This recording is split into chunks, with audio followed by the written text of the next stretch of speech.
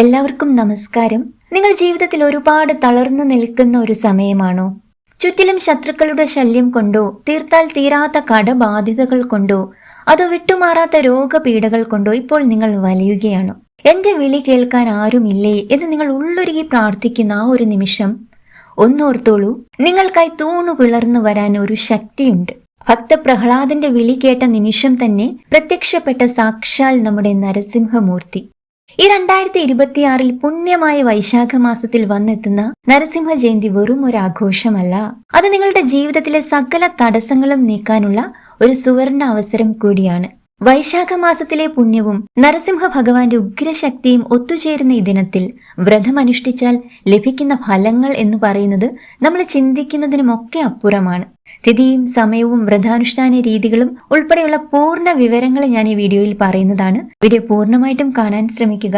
കൂടാതെ നമ്മുടെ ഈ ചാനൽ ആദ്യമായിട്ട് കാണുന്ന ആരെങ്കിലും ഉണ്ടെങ്കിൽ ഒന്ന് സബ്സ്ക്രൈബ് ചെയ്യാൻ മറക്കരുത് കേട്ടോ. അതുകൂടാതെ ഈ വീഡിയോ ഇപ്പോൾ തന്നെ ഒന്ന് ലൈക്ക് ചെയ്യാനും മറക്കരുത് കേട്ടോ. വീഡിയോ പൂർണ്ണമായിട്ടും കാണാൻ ശ്രമിക്കുക, കാരണം ഈ അറിവ് നിങ്ങളുടെ ജീവിതത്തെ തന്നെ മാറ്റിമറിച്ചേക്കാൻ പോകുന്ന ഒരു അറിവാണ്.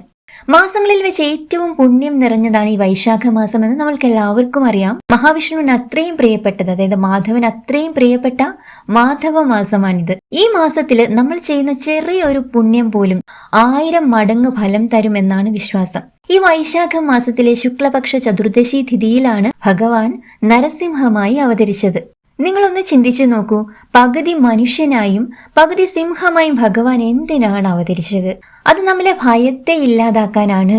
മൃഗീയമായ വാസനകളെ മാറ്റി നമ്മെ ഉത്തമ മനുഷ്യരാക്കാൻ വേണ്ടിയിട്ടാണ്. പലരും ചോദിക്കാറുണ്ട്, നരസിംഹമൂർത്തിയെ ഭജിച്ചാൽ എന്താണ് ലഭിക്കുക എന്ന്. നിങ്ങൾക്കെതിരെ ആരെങ്കിലും പ്രവർത്തിക്കുന്നുണ്ടെങ്കിൽ, അതായത് ശത്രുക്കൾ ഒരുപാട് പേരുള്ള ഒരാളാണ് നിങ്ങളെങ്കിൽ, ഭഗവാൻ നിങ്ങൾക്ക് തീർച്ചയായിട്ടും ഒരു കവചമായി മാറുന്നതാണ്. ഇനി സാമ്പത്തിക ബുദ്ധിമുട്ടുകൾ കൊണ്ട് ഒരുപാട് ഉഴലുന്നവരാണ് നിങ്ങളെങ്കിൽ, ലക്ഷ്മി നരസിംഹ ഭാവത്തിൽ ഭഗവാനെ സ്മരിക്കുകയാട്ടോ. നിങ്ങളുടെ മക്കൾക്ക് വിദേശത്തോ മറ്റോ ജോലി ലഭിക്കാനും അവരുടെ സംരക്ഷണത്തിനുമായി അമ്മമാർക്ക് നരസിംഹ മന്ത്രം ജപിക്കാവുന്നതാണ്. അതായത് മക്കളെ ചൊല്ലി ഒരുപാട് വിഷമിക്കുന്ന അമ്മമാർക്ക് മക്കൾക്ക് ഇഷ്ടപ്പെട്ട ജോലിയൊക്കെ ലഭിക്കുന്നില്ല, വിദേശത്ത് മാത്രമല്ല നമ്മുടെ നാട്ടിലാണെങ്കിലും ജോലിക്ക് ഒരുപാട് ശ്രമിച്ചിട്ടും പഠിത്തത്തിനനുസരിച്ചുള്ള ജോലിയൊന്നും ലഭിക്കാതെ മക്കൾ ഭയങ്കരമായിട്ട് വിഷമിച്ച് നിൽക്കുന്ന അമ്മമാരുണ്ടാവും. അങ്ങനെയുള്ള അമ്മമാർക്കാണെങ്കിലും നരസിംഹമൂർത്തിയെ മനസ്സറിഞ്ഞ് വിളിച്ച് പ്രാർത്ഥിച്ചാൽ, പ്രത്യേകിച്ച് ഈ വൈശാഖ മാസത്തിന്റെ പുണ്യതയിൽ നരസിംഹ ജയന്തി വരുമ്പോൾ അമ്മമാർ വിളിച്ചാൽ കേൾക്കാതിരിക്കാൻ കഴിയില്ല ഭഗവാന്. ഉറപ്പായിട്ടും മക്കളെ ചൊല്ലി എന്തൊക്കെ വിഷമങ്ങളാണോ അമ്മ മനസ്സിലുള്ളത് അതെല്ലാം മാറ്റി ഭഗവാന് പൂർണ്ണമായിട്ടുള്ള സന്തോഷം പ്രദാനം ചെയ്യും. അതുകൊണ്ട് ഉറപ്പായിട്ടും വിഷമിച്ചിരിക്കുന്ന അമ്മ മനസ്സുകളെല്ലാം തന്നെ ഈ നരസിംഹ ജയന്തിയിൽ വ്രതമെടുക്കണം. ഭഗവാൻ ഇപ്പോഴത്തെ ആ സങ്കടങ്ങളൊക്കെ മാറ്റി തന്നിട്ട് പൂർണ്ണ സന്തോഷം തരുന്നതാണ്. ആ ഒരു ദൃഢനിശ്ചയത്തോടു കൂടി, ആ ഒരു വിശ്വാസത്തോടു കൂടി ഞാൻ ഈ വീഡിയോയിൽ പറയുന്ന കാര്യങ്ങളൊക്കെ ഉൾക്കൊണ്ട് ഒന്ന് വ്രതമെടുത്ത് നോക്കൂ കേട്ടോ. ഇപ്പോഴത്തെ തടസ്സങ്ങളൊക്കെ പൂർണ്ണമായിട്ടും മാറുന്നതാണ്. സാക്ഷാൽ ഭഗവാൻ ഭക്ത പ്രഹ്ലാദനെ കാത്തതുപോലെ അമ്മയുടെ മക്കളെയും കാക്കുമെന്നതിന് യാതൊരു സംശയവും വേണ്ടേട്ടോ. അതിവിശിഷ്ടമായി നരസിംഹ ജയന്തി നമ്മൾ സാധാരണക്കാർക്ക് എങ്ങനെ ആചരിക്കാം? ക്ഷിപ്രപ്രസാദിയായ ഭഗവാന്റെ അനുഗ്രഹം അതിവേഗം ലഭിക്കുന്നതിനായി അന്നേ ദിവസം നമുക്ക് എന്തൊക്കെ ചെയ്യാൻ കഴിയും? വൈശാഖ പുണ്യത്തിൽ മുങ്ങി നിൽക്കുന്ന ഈ വേളയിൽ നരസിംഹ ജയന്തി ആഘോഷിക്കുന്നത് ഇരട്ടി ഫലമാണ് നമ്മൾക്ക് നൽകുന്നത്. അതുപോലെ തന്നെ ശനി വ്യാഴദോഷങ്ങൾ കൊണ്ട് വലയുന്നവർക്ക് ഈ ദിവസം ഭഗവാനെ ഭജിക്കുന്നത് ഏറ്റവും വലിയ ആശ്വാസമാണ് നൽകുന്നത്. ദുഷ്ടനായ ഹിരണ്യകശിപുവിനെ നിഗ്രഹിച്ച് തന്റെ ഭക്തനായ പ്രഹ്ലാദനെ വിഷ്ണു ഭഗവാൻ കൂടുതൽ ഭക്തനാക്കി മാറ്റിയ ഐതിഹ്യം നമുക്ക് എല്ലാവർക്കും അറിയാവുന്നതാണ്. മൃഗീയ വാസനകൾ ഇല്ലാതാക്കി സൽപ്രവൃത്തികളിലേക്ക് തിരിഞ്ഞാൽ ഏതൊരു വ്യക്തിക്കും ഉത്തമ പുരുഷനായി, ഉത്തമ മനുഷ്യനായി മാറാൻ കഴിയുമെന്നതാണ്.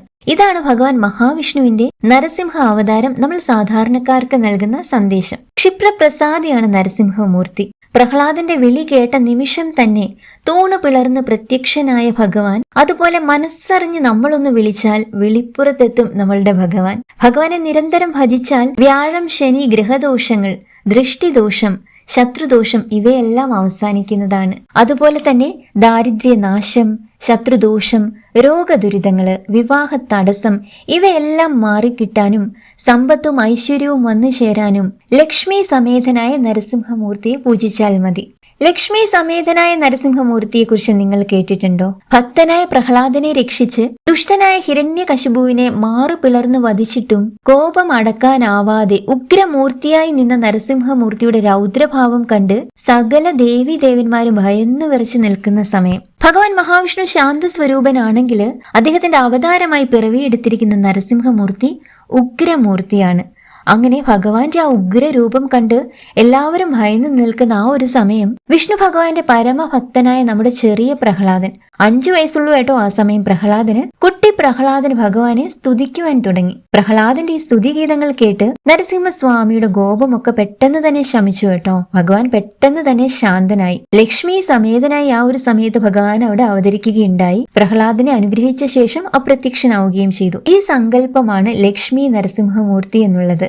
വ്യാഴാഴ്ചകളിലും നരസിംഹ ജയന്തി ദിവസവും ചോതി നക്ഷത്രത്തിലും വിഷ്ണു നരസിംഹമൂർത്തി മന്ത്രജപം നടത്തുന്നതും ക്ഷേത്ര ദർശനവും ശത്രുക്കളുടെ ഉപദ്രവങ്ങൾ കുറയ്ക്കാൻ വളരെയധികം നല്ലതാണ്. ഈ പ്രാവശ്യം ഭഗവാൻ മഹാവിഷ്ണുവിന് ഏറെ പ്രാധാന്യമുള്ള ദിവസങ്ങളിൽ ഒന്നായ വ്യാഴാഴ്ചയാണ് നരസിംഹ ജയന്തി വരുന്നത് എന്നുള്ളത് കൊണ്ടും വ്രതാനുഷ്ഠാനം 100 ഇരട്ടി ഫലമാണ് നമ്മൾക്ക് തരാൻ പോകുന്നത്. അന്നേ ദിവസം അതിരാവിലെ, അതായത് ഏപ്രിൽ 29 വ്യാഴാഴ്ച അതിരാവിലെ എഴുന്നേറ്റ് കുളിച്ച് ശുദ്ധിയായി ശുഭ്രവസ്ത്രം ധരിച്ച് പൂജാമുറിയിൽ നിലവിളക്ക് കൊളുത്തുക. നരസിംഹ ഭഗവാന്റെ ഒരു ചിത്രം ഉണ്ടെങ്കിൽ വളരെ ഐശ്വര്യമാണ് കേട്ടോ.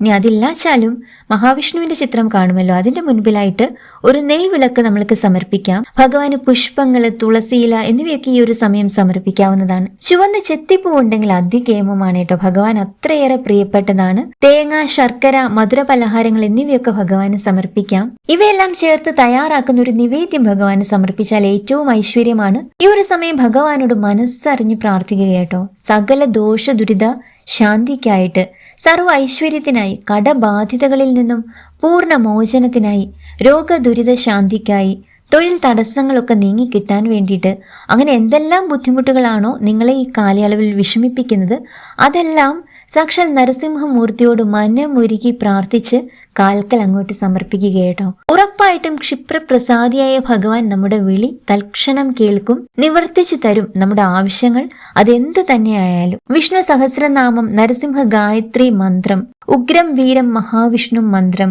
ലക്ഷ്മി നരസിംഹ സ്തോത്രം, ഈ മന്ത്രങ്ങളെല്ലാം അന്നേ ദിവസം ഭക്തിയോടെ ചൊല്ലുന്നത് സർവ്വ ഐശ്വര്യദായകമാണ്. നരസിംഹമൂർത്തി മന്ത്രം ഇതാണ്: ഉഗ്രം വീരം മഹാവിഷ്ണും ജ്വലന്തം സർവതോമുഖം നൃസിംഹം ഭീഷണം ഭദ്രം മൃത്യും നമാമ്യഹം. നമ്മളിലിടയ്ക്ക് കാര്യമറിയാതെ, കാരണമറിയാതെ പോലും ഉണ്ടാകുന്ന ഭയം അകറ്റാനും സർവ്വദുരിത മോചനത്തിനും കുറഞ്ഞത് 12 തവണയോ 108 തവണയോ അതല്ലാച്ചാൽ 3 തവണയെങ്കിലും ഈ നരസിംഹ മന്ത്രം ചൊല്ലുന്നത് അത്യുത്തമമാണ്. നരസിംഹ അവതാരം ത്രിസന്ധ്യ നേരത്തായതിനാൽ ആ സമയം ഭക്തിയോടെ അതിവിശിഷ്ടമായി നരസിംഹമൂർത്തി മന്ത്രം ചൊല്ലുന്നതും ക്ഷേത്ര ദർശനം നടത്തുന്നതും ഇരട്ടി ഫലമാണ് നമ്മൾക്ക് നൽകുന്നത്. അതുകൊണ്ട് തന്നെ അന്നേ ദിവസം സന്ധ്യയ്ക്ക് നരസിംഹമൂർത്തി ക്ഷേത്രത്തിൽ, അതല്ലാച്ചാൽ മഹാവിഷ്ണു ക്ഷേത്രത്തിലോ ശ്രീകൃഷ്ണസ്വാമി ക്ഷേത്രത്തിലെങ്കിലും ഒന്ന് നിങ്ങൾ പോകാൻ സാധിച്ചാൽ ഏറ്റവും ഐശ്വര്യമാണ് കേട്ടോ. തന്നെ മനസ്സറിഞ്ഞ് ഭക്തിയോടെ വിളിക്കുന്നവരുടെ രക്ഷയ്ക്ക് എത്തുന്ന നരസിംഹമൂർത്തിയെ പൂജിക്കാൻ നമ്മൾ സാധാരണക്കാർക്ക് ചെയ്യാവുന്ന ലളിതമായ ധാരാളം വഴിപാടുകളുണ്ട്. നരസിംഹമൂർത്തി ക്ഷേത്രങ്ങളിൽ നെയ്വിളക്ക് തെളിയിച്ച് പ്രാർത്ഥിച്ചാൽ അഭീഷ്ട സിദ്ധിയാണ് ഫലം. ഇതോടൊപ്പം തന്നെ തൊഴിൽ, വിവാഹ തടസ്സങ്ങൾ മാറാനും നരസിംഹമൂർത്തിക്ക് നെയ്വിളക്ക് നമ്മൾക്ക് സമർപ്പിക്കാവുന്നതാണ്. വളരെ ഐശ്വര്യദായകമാണ്. ഭഗവാന് തുളസിമാല സമർപ്പിക്കുന്നത് വളരെ ഐശ്വര്യമാണ്. അതുപോലെ തന്നെ നേരത്തെ ഞാൻ പറഞ്ഞു, ഭഗവാൻ ഏറ്റവും ഇഷ്ടപ്പെട്ട പുഷ്പമാണ് ചുവന്ന ചെത്തി എന്ന് പറയുന്നത്. അത് നമ്മൾക്ക് സമർപ്പിക്കാം. പ്രിയപ്പെട്ട നിവേദ്യമായ പാൽപായസം, കടും പായസം, കദളിപ്പഴം, അവൽ ഇവയൊക്കെ ക്ഷേത്രത്തിൽ അന്നേ ദിവസം ഭഗവാൻ നമ്മൾക്ക് നിവേദിക്കാം. വളരെ ഐശ്വര്യമാണ്. അതുപോലെ നരസിംഹമൂർത്തിയെ പ്രസാദിപ്പിക്കാൻ ചോതി വഴിപാട് അതിവിശിഷ്ടമായ ഒന്നാണ് കേട്ടോ. പഞ്ചഭൂതങ്ങളിൽ വായുദേവന്റെ നാളായ ചോതി നക്ഷത്ര ദിനത്തിൽ ഭഗവാനെ തൊഴുത് പ്രാർത്ഥിച്ചാൽ സകല ആപത്തുകളിൽ നിന്നും രക്ഷ നേടാം.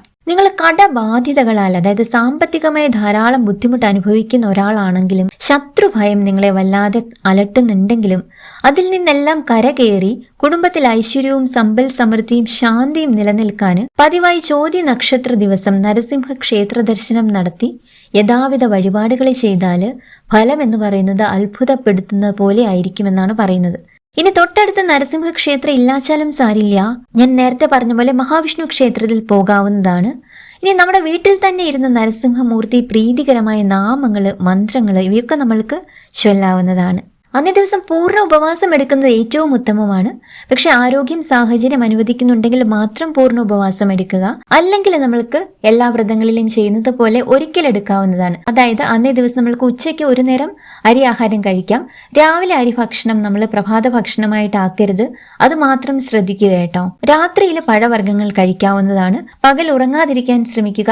നാവിലും മനസ്സിലും ഭഗവാന്റെ നാമങ്ങൾ നിറയണം. ഇതൊക്കെയാണ് അന്നേ ദിവസം വ്രത ദിവസം നമ്മൾ ശ്രദ്ധിക്കേണ്ടതായ കാര്യങ്ങൾ. ഇനി ജോലിക്ക് പോകുന്നവർക്കൊക്കെ പോകാതിരിക്കാൻ സാധിക്കില്ലല്ലോ. ജോലി ചെയ്യുന്ന സമയത്താണെങ്കിലും ഭഗവാന്റെ നാമങ്ങളൊക്കെ മനസ്സറിഞ്ഞങ്ങോട്ട് മനസ്സിൽ വിളിച്ചുകൊള്ളുക. ഈ വാലായ്മ പീരീഡ്സ് സമയത്തൊക്കെ ആണെങ്കിൽ നിങ്ങൾക്ക് ഭഗവത് നാമങ്ങൾ മനസ്സിൽ എത്രയും ജപിക്കാവുന്നതാണ്. നോൺ വെജ് ഒന്നും വന്ന് കൂട്ടാതെയും അതുപോലെ ഒരിക്കലെടുത്തുമൊക്കെ നിങ്ങൾക്കും വ്രതം നോൽക്കാവുന്നതാണ്. ക്ഷേത്ര ദർശനം പാടില്ല, അതുപോലെ നിലവിളക്ക് കൊളുത്താൻ പാടില്ല. ഇതൊക്കെ ഉള്ളൂ. മനസ്സിൽ ഭഗവത് നാമങ്ങൾ എവിടെയിരുന്നും ഏതൊരവസ്ഥയിലിരുന്നും എപ്പോഴും ചൊല്ലുന്നതിന് യാതൊരു തടസ്സവുമില്ല. അന്നേ ദിവസം ത്രിസന്ധ്യാ നേരത്തെ നരസിംഹ ഭജനവും ക്ഷേത്ര ദർശനവും വളരെയധികം പുണ്യമാണ്. പിറ്റേ ദിവസം, അതായത് മെയ് 1 വെള്ളിയാഴ്ച ദിവസം രാവിലെ നമ്മൾക്ക് ക്ഷേത്ര ദർശനം നടത്തി അല്ലെങ്കിൽ നമുക്ക് വീട്ടിൽ തീർത്ഥം സേവിച്ചിട്ട് വ്രതം മുറിക്കാവുന്നതാണ്. തന്റെ ഭക്തരെ ദുരിതക്കടലിൽ നിന്ന് രക്ഷിക്കുവാൻ ഏത് ഉപായത്തിലൂടെയും ഭഗവാൻ നമ്മുടെ അരികിൽ എത്തിച്ചേരും എന്ന സന്ദേശമാണ് നരസിംഹമൂർത്തിയുടെ അവതാര കഥ നമ്മളോട് പറയുന്നത്. അതുകൊണ്ട് തന്നെ നിങ്ങളിപ്പോൾ എത്ര വലിയ ദുഃഖത്തിൽ അകപ്പെട്ടു നിൽക്കുന്നുവോ അതെല്ലാം നൈമിഷികമാണെന്ന് നിങ്ങൾ മനസ്സിലാക്കുക കേട്ടോ. നമ്മുടെ സാക്ഷാൽ ഭഗവാൻ ഏതൊരു രൂപത്തിലും നമ്മുടെ മുൻപിൽ അവതരിക്കും, നമ്മളെ ചേർത്ത് പിടിക്കുക തന്നെ ചെയ്യും. ഈ നരസിംഹമൂർത്തി ജയന്തി എല്ലാവരും അതുകൊണ്ട് തന്നെ ഭക്തിയോടെ വിശ്വാസത്തോടെ തെളിഞ്ഞ മനസ്സോടെ ആചരിക്കാൻ ശ്രമിക്കുക. പ്രത്യേകിച്ച് അമ്മമാർ നമ്മുടെ കുടുംബത്തിന് വേണ്ടി ഈ ഒരു വൈശാഖ മാസ പുണ്യതയിൽ വരുന്ന ഈ ഒരു നരസിംഹ ജയന്തി ആചരിച്ചേ മതിയാവൂ, വ്രതം എടുത്തേ മതിയാവൂ. ഭഗവാന്റെ നിസ്സീമമായ അനുഗ്രഹം അമ്മയുടെ കുടുംബത്തോട് ചേർന്ന് എല്ലായ്പ്പോഴും ഉണ്ടാവും എന്നതിന് ഞാൻ ഉറപ്പു തരികയാണ്. ഭഗവാന്റെ അനുഗ്രഹം എല്ലാവരുടെ ജീവിതത്തോടും ചേർന്ന് നിൽക്കട്ടെ എന്ന് പ്രാർത്ഥിച്ചുകൊണ്ട് നന്ദി, നമസ്കാരം.